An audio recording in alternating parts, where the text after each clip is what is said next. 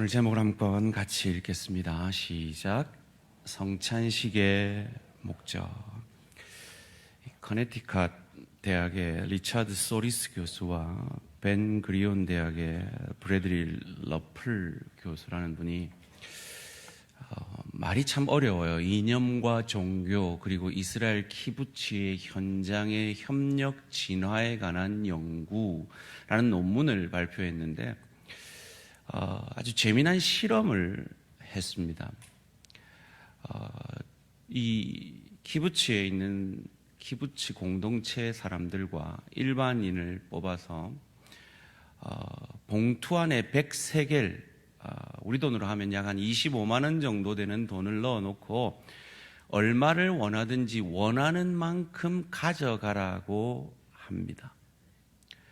그런데 조건을 달죠. 두 사람이 원한 금액이 100세겔을 넘으면 두 사람 다 아무것도 받지를 못하는 겁니다. 그런데 만약에 두 사람이 원한 금액을 다 가져가고도 그 돈이 남아 있으면 그 돈의 1.5배를 더해서 반으로 나누어서 그들에게 준다라는 조건입니다. 이 정도 설명하면 알아들어야 되는데 이해가 안 되시는 분들이 계실 것 같아요. 이런 얘기입니다. 한 사람이 20세겔을 또 다른 사람이 40세겔을 선택했으면 그 봉투에 지금 얼마 남아있죠? 40세겔이 남아있는 거예요. 그 40세겔의 1.5배면 60세겔이 되는 거죠. 그 60세겔의 반을 나누면 30이 됩니다. 그래서 20세겔을 선택한 사람은 50세겔을 받게 되고 40세겔을 선택한 사람은 70세겔을 받게 되는 것입니다.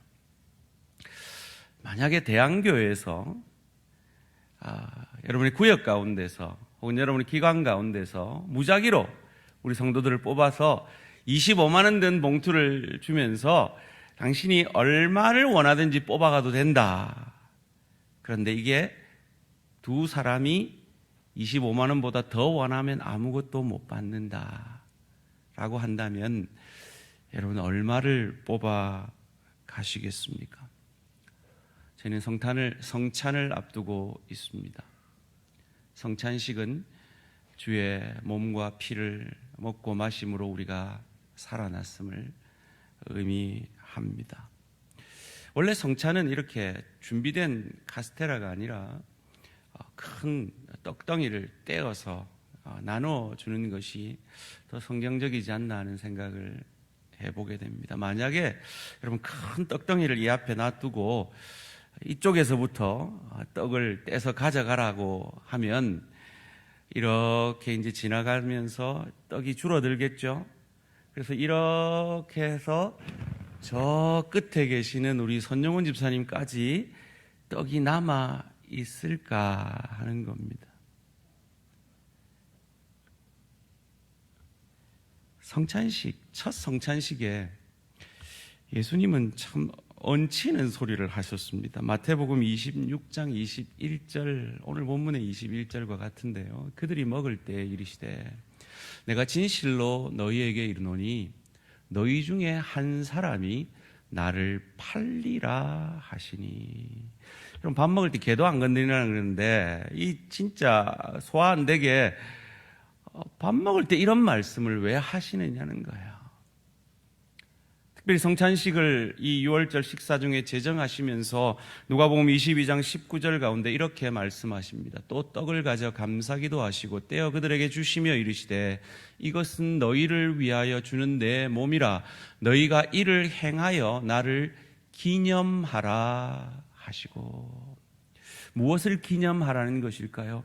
어떤 것을 기억하라는 것일까요? 보통 우리는 이 성찬식에 떡과 잔을 마시면서 예수님이 날 위해 이렇게 고난당하셨어 라고 그 고난을 기억하려고 합니다. 맞습니다. 기억해야죠. 그러나 성찬의 주된 목적은 그 고난 자체를 기억하는 것이 아닙니다. 왜냐하면 예수님이 죽으신 것보다 더 잔인하게, 더 어렵게, 힘들게 죽은 순교자들도 있기 때문입니다.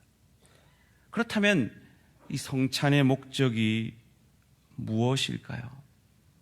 그럼 속으로 한번 제 질문에 답해 보시기 바랍니다. 가룟 유다가 이 첫 성찬식을 끝까지 참석했나요? 왜 하지 못했나요? 오늘 본문 26절 27절에서 이렇게 말합니다. 예수께서 대답하시되 내가 떡 한 조각을 적셔다 주는 자가 그니라 하시고 곧 한 조각을 적셔서 가롯 시몬의 아들 유다에게 주시니 조각을 받은 후 곧 사탄이 그 속에 들어간지라. 이에 예수께서 유다에게 이르시되 내가 하는 일을 속히 하라 하시니. 이 말이 여러분 이해가 되시죠? 26절 다시 한번 띄워주세요. 이 말이 이해가 안 될 말이 아니거든요. 한 조각을 가룟 유다에게 줍니다. 그리고 27절에 예수님이 이렇게 말씀하세요. 내가 하는 일을 속히 해라. 26절에 나를 팔자에게 내가 이 빵을 준다? 그리고 그 자에게 속히 해라 라고 말씀하셨어요. 그럼 무슨 말인지 알아들어야 되잖아요. 그런데 이 말을 듣던 옆에 있던 제자들이 무슨 말인지 못 알아듣습니다. 뭐 시장 가서 뭐 사오라는 얘기인가? 뭐 누구 가난한 자 도와주라는 얘기인가? 이렇게 이해를 했다고 성경은 기록하고 있어요. 왜일까요?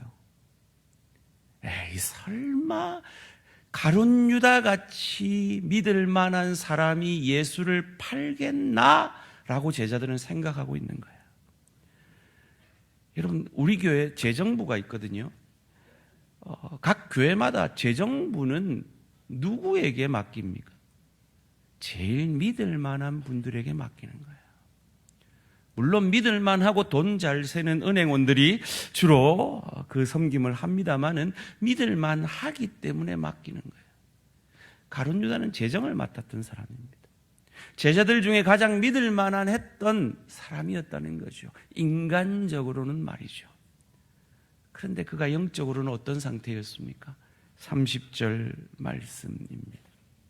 유다가 그 조각을 받고 곧 나가니 밤이로라.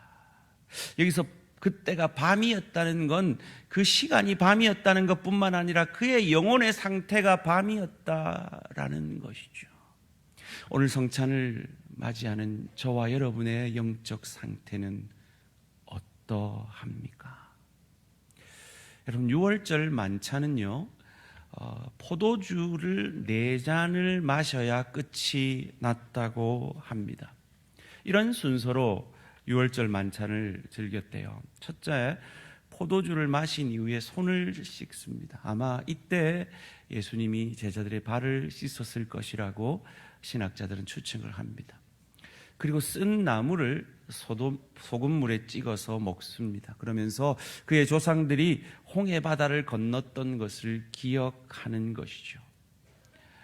두 번째 포도주를 마신 이후에 양고기와 무교병, 떡을 먹습니다. 이 성찬의 떡은 바로 이때의 떡인 것이죠. 오늘 본문에 예수님이 찍어서 가룟 유다에게 건네주는 떡이 바로 이때의 떡입니다. 그는 받죠. 받고 주님께서 그에게 네가 하려고 하는 일을 속히 하라는 그 말에 쫓겨나듯이 그 성찬의 자리를 나가게 되는 것입니다. 성찬의 의미가 무엇입니까? 성찬은 예수님의 우리를 향한 고난을 기억하는 것뿐만 아니라 그 고난의 이유가 무엇인지를 기억하는 것입니다. 그것은 바로 예수를 머리로 하는 교회의 하나됨을 기억하고 기념하라 하는 것입니다. 여러분, 보통 성찬식 때 목사님께 이런 말을 많이 들었죠. 혹 마음에 꺼리낌이 있는 분은 성찬에 참여하지 마시기를 바랍니다 라는 말이요. 그 말을 목사님이 왜 하느냐? 바로 고린도전서 11장 27절 말씀 때문에 하는 거예요. 그러므로 누구든지 주의 떡이나 잔을 합당하지 않게 먹고 마시는 자는 주의 몸과 피에 대하여 죄를 짓는 것이니라.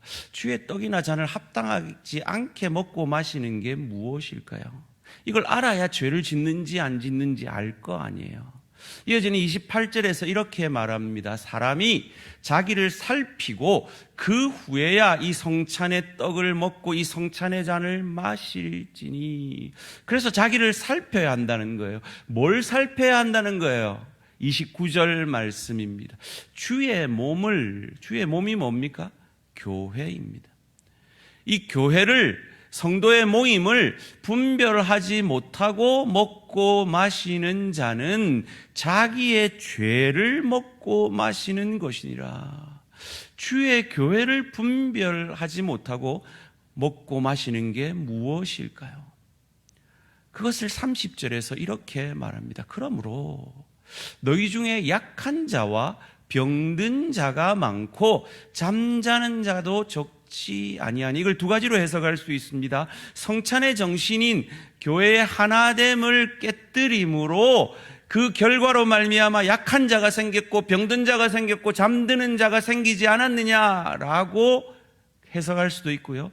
너희가 약한 자고 병든 자고 잠자는 자기 때문에 성찬의 정신을 어기지 않았느냐라고도 해석할 수가 있는 것입니다. 왜 이 얘기를 하는지 고린도전서 11장, 방금 우리가 읽은 그 본문 전에 21절에서 이렇게 그 이유를 설명합니다. 이는 먹을 때 각각 자기의 만찬을 먼저 갖다 먹으므로. 무슨 말입니까? 어떤 사람들이, 부자들이 자기 집에서 음식을 잔뜩 싸온 거예요. 그리고 자기 친한 사람들과 함께 그 음식을, 유월절 음식을 먼저 먹는 거예요. 가난한 사람들은 소외되는 거예요. 늦게 오는 사람들은 음식이 다 떨어져 버리는 거예요. 그래서 어떤 사람은 시장하고 어떤 사람은 이미 다 취해서 배불러서 있는 상태가 되는 거죠. 22절 말씀입니다. 너희가 먹고 마실 집이 없느냐? 너희가 교회 와서 성찬식 하면서 너희가 잘났다는 걸 증명하고 너희가 부자라는 걸 증명하기 위해서 잔뜩 맛있는 음식 싸와서 교회 와서 성찬식 하기 전에 먹고 마시고 너희끼리 친한 사람들끼리 그렇게 즐기느냐? 너희가 하나님의 교회를 업신여기고 빈궁한 자들을 부끄럽게 하느냐? 너희하고 안 친한 사람들은 지금 늦게 와서 쫄쫄 굶고 있는데 그것을 외면하느냐? 그 어려운 지체들을 돌아보지 않느냐라고 질책하고 있는 겁니다. 내가 너희에게 무슨 말을 하랴? 너희를 칭찬하라? 이것으로 칭찬하지 않노라. 성찬을 바르게 행하지 않는 것은 이 성찬에 참여하기 전에 우리가 어려운 지체들을 돌아보지 아니하고 시험의 지체들을 위하여 기도하지 아니하고 주의 교회의 하나됨을 위해서 힘쓰지 않는 그 모습으로 성찬에 참여한다면 그것은 우리의 죄를 먹고 마시는 것이다. 그런 상태에도 불구하고 회개치 않고 뻔뻔스럽게 내가 주님의 피로 주님의 잔으로 내가 구원받았습니다라는 고백하는 것은 구원받은 자의 모습에 합당하지 않은 것이다 라고 말씀하고 있는 것입니다. 지금 저희 교회 마당에 헌혈차가 와 있습니다. 작년에 저희가 헌혈을 약 30여 분 하셔서 저희 지체의 지인이 그 헌혈로 도움을 받으셨습니다. 저희 교회 한 권사님이 수술을 하실 때 많은 젊은 분들이 헌혈을 해주셔서 지금 우리 권사님이 건강하게 이 자리에 앉아 계십니다. 그렇습니다. 우리를 위해서, 우리 대한 공동체를 위해서 헌혈한다고 했으면 아마 지금보다 훨씬 신청자가 많았을 것이라고 여겨집니다. 그런데 교회는 교회만을 위한 곳이 아닙니다. 우리는, 따라해 봅시다. 우리는 세상의 소금과 빛입니다. 믿지 않는 자들이 지금 부활주의를 맞이해서 우리 교회 마당에 헌혈차가 있는 것을 보고, 교회는 지금만 잘 먹고 잘 사는 곳이 아니라 이 지역사회를 위해, 죽어가는 사람들을 위해 헌신하는 자들의 모임이구나 알게 될 것입니다. 꼭 그것을 알리려는 것은 아니지만 우리의 존재 목적이 그러하다는 겁니다. 지금 피가 없어서 죽어가는 그들을 외면한다면 우리는 그리스도의 보혈로 구원받은 자로서 어려운 지체들을 돌아보지 아니하고 자기 배만 불리고 있는 그 시대의 부자들과 다를 바가 없을 수 있다는 겁니다. 여러분, 제가 매 부활절마다 헌혈을 우리 성도들에게 독려하는 이유가요, 지금요, 이 적십자는요, 어느 단체를 제일 좋아하고 있는지 아세요? 신천지를 제일 좋아하고 있어요. 신천지는요, 헌혈차 오면 수백, 수천 명이 와서 헌혈을 하는 거예요.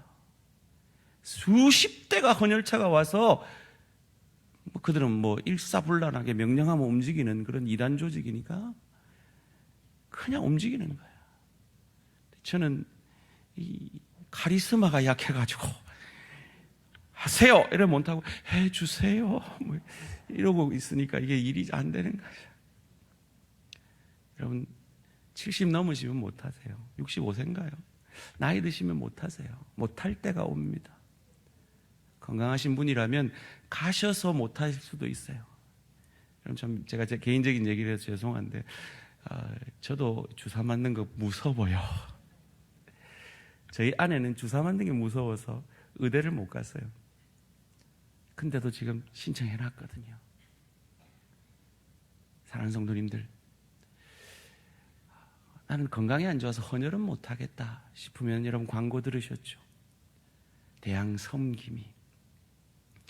여러분, 우리가 교육자들이 주중에 사역을 하다 보면요, 너무 바쁠 때가 있어요. 그런데 성도들의 필요는 갑자기 몰려들 때가 있습니다. 그때 우리 교육자들의 힘만으로는 도저히 성도들을 도와줄 수 없는 그런 시간들이 자주 있습니다. 그리고 그 시간에 저희들이 성도들을 돌보다 보면 저희가 말씀과 영혼들을 돌보는 그 본질적인 사역에 나태해질 수가 있습니다. 혹 헌혈은 못하시더라도 내가 시간을 내어서 한 달에 한 번이라도 반찬을 해주고 싶다든지, 참 몸이 어려워서 청소하기 힘든 지체들 청소를 해주고 싶다든지, 내가 운전은 잘하니까 그 지체들 병원 가는데 운전이라도 해줄 수 있다든지, 그런 이웃을 돌아봄으로 오늘 우리가 이 성찬에 참여하면서 우리는 하나입니다라고 고백하는 이 고백이 부끄럽지 아니하고 우리의 죄를 먹고 마시는 일이 아니기에 되기를 주님의 이름으로 축원합니다. 그것도 못하겠으면 기도회, 수요기도회, 금요기도회, 새벽기도에 나와서 우리 지체들을, 어려운 지체들을 위해 기도하는 일이라도 그 지체들을 돌아보는 일에 동참되어 주시기를 바랍니다. 다 어떻게 하겠어요? 목사처럼 온 성도들을 어떻게 다 돌아보겠어요? 내가 속한 구역이라도, 내가 속해 있는 기관에 있는 내 지체를 위해서라도 돌아보며 기도할 수 있는 저와 우리 모든 성도님들 되시기를 주님의 이름으로 축원합니다. 고린도 교회는 그러지 못했어요. 많은 은사와 지식과 지혜를 가지고 있으면서도 그것을 자기를 증명하는 것으로, 내가 너보다 낫지, 내가 너보다 잘 살지, 내가 너보다 똑똑하지, 내가 너보다 종교적 열심이 있지, 내가 너보다 훌륭하지라는 것을 증명하는 것으로만 썼지, 자기의 옳음을 통해, 자기의 의로움을 통해 지체에 유익을 끼치는 일에는 외면한 그들을 향하여 바울은 뭐라고 말합니까? 고린도전서 11장 17절에서 20절 말씀입니다.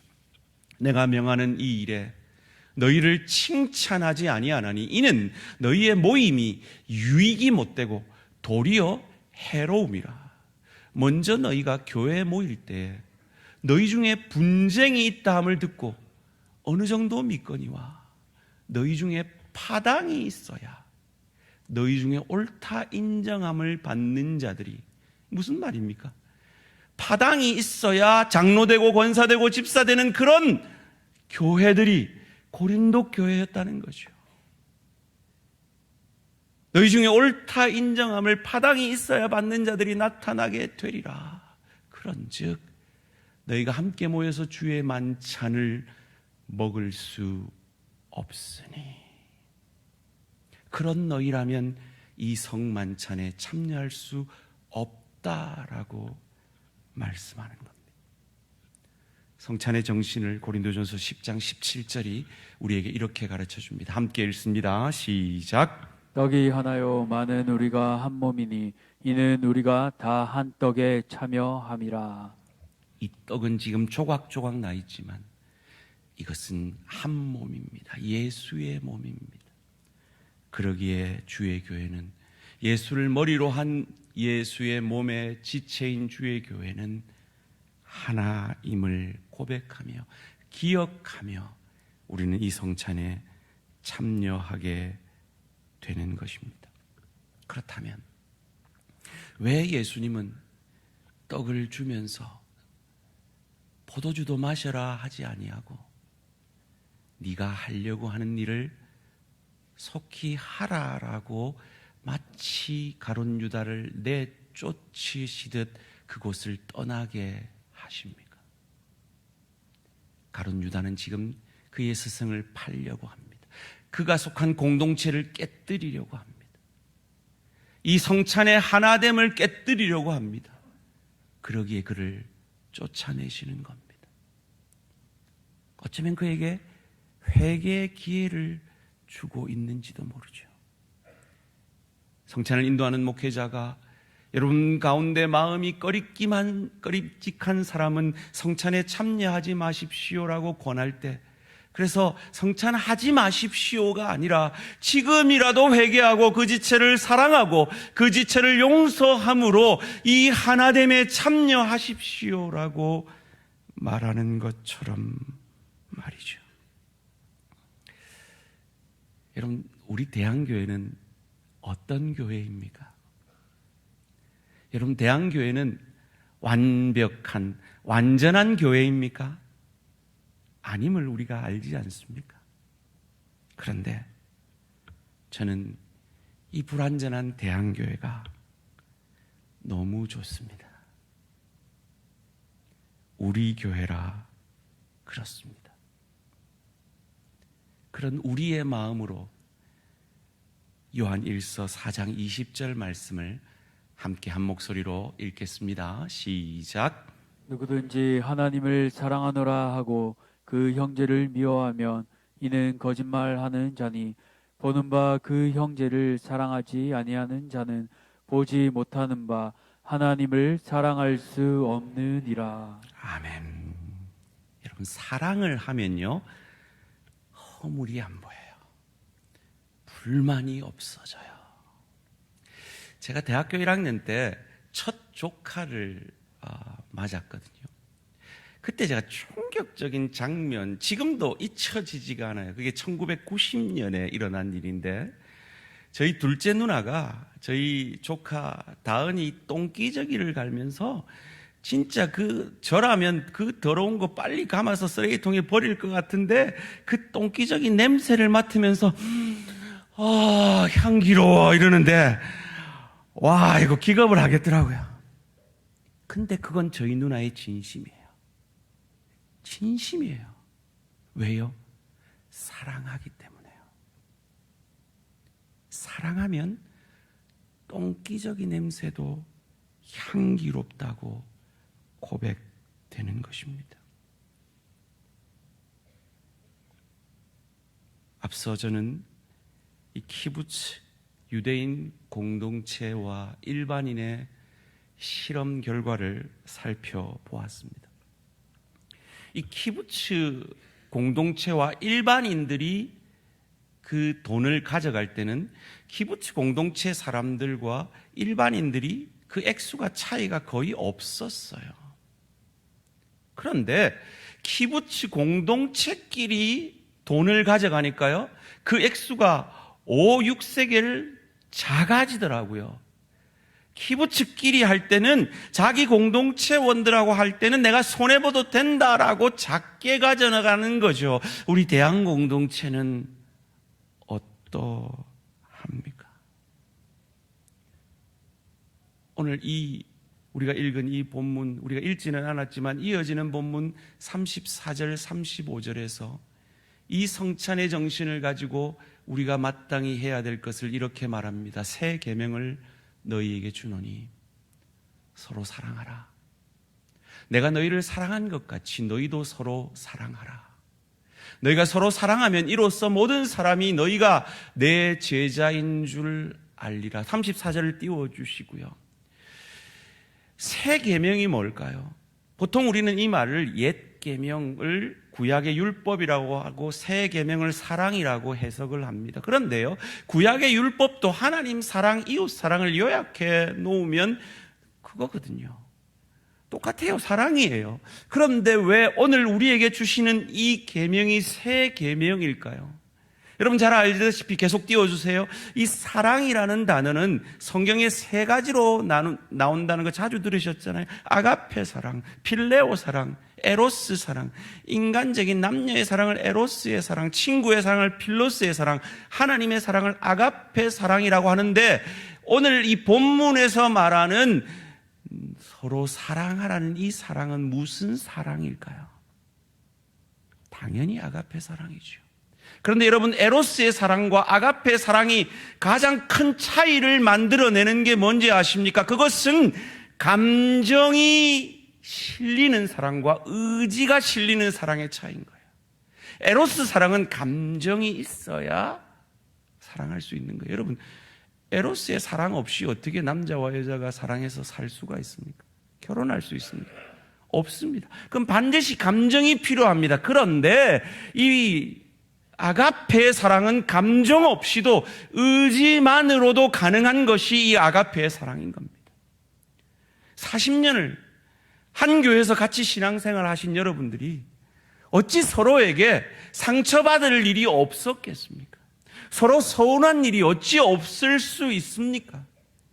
마음 상할 일이, 그래서 그 사람을 보고 싶지 않은 그런 과거의 경험이 어찌 없을 수가 있겠습니까? 그래서 감정대로 사랑하라 하면 우리는 결코 사랑하지 못할 것입니다. 그런데 우리에게 명령하는 이 아가페의 사랑은 감정대로의 사랑이 아니라 주께서 주시는 의지의 믿음으로의 사랑이기에 우리는 사랑할 수 있는 것입니다. 그런데 왜 이것이 새 계명입니까? 34절 계속 띄워주시고요. 이것이 그 사랑이 어떤 사랑이냐? 내가 너희를 사랑한 것 같이 하는 사랑이기 때문입니다. 사랑하는 성도님들, 예수님과 제가 25만 원이 든 봉투를 가지고 돈을 뽑으라면 예수님은 그곳에서 빵원을 뽑을 겁니다. 25만 원 다 저를 줄 것입니다. 왜요? 그분 자기 목숨까지도 아끼지 아니하시고 내게 주신 분이잖아요. 그 사랑 때문에 내가 구원받았고, 그 사랑 때문에 내가 하나님의 자녀 되었고, 그 사랑 때문에 천국 백성 되었고, 그 사랑 때문에 오늘 죽어도 천국에서 눈 뜰 수 있는 그 사랑, 그런 사랑으로 내가 너희를 사랑한 것 같이, 우리가 아직 죄인 되었을 때, 원수 되었을 때 나를 사랑해 주신 그 사랑으로 너도 사랑하기 힘든 내 가족, 내 동료, 내 지체를 사랑함으로 이 성찬의 떡과 잔을 헛되이 받지 말라, 우리에게 말씀하시는 그 주님의 음성을 들으시고, 이 성찬의 떡을 받기 전에 혹 마음에 꺼리낌이 있는, 혹 내가 아직 미워하고 혹 내가 아직 용서하지 못한 지체가 있다면 이 성찬의 떡과 잔을 받기 전에 회개함으로, 감정이 변하라는 말이 아니에요. 감정은 잘 변하지 않아요. 그런데 이것은 감정적 사랑이 아님을 믿고 주님이 나를 사랑하신 그 사랑, 그 아가페 사랑으로 사랑하고 용서함으로 이 거룩한 성망잔에 기쁨으로 감사함으로 참여하게 되는 저와 우리 모든 성도님들 되시기를 주님의 이름으로 축원합니다.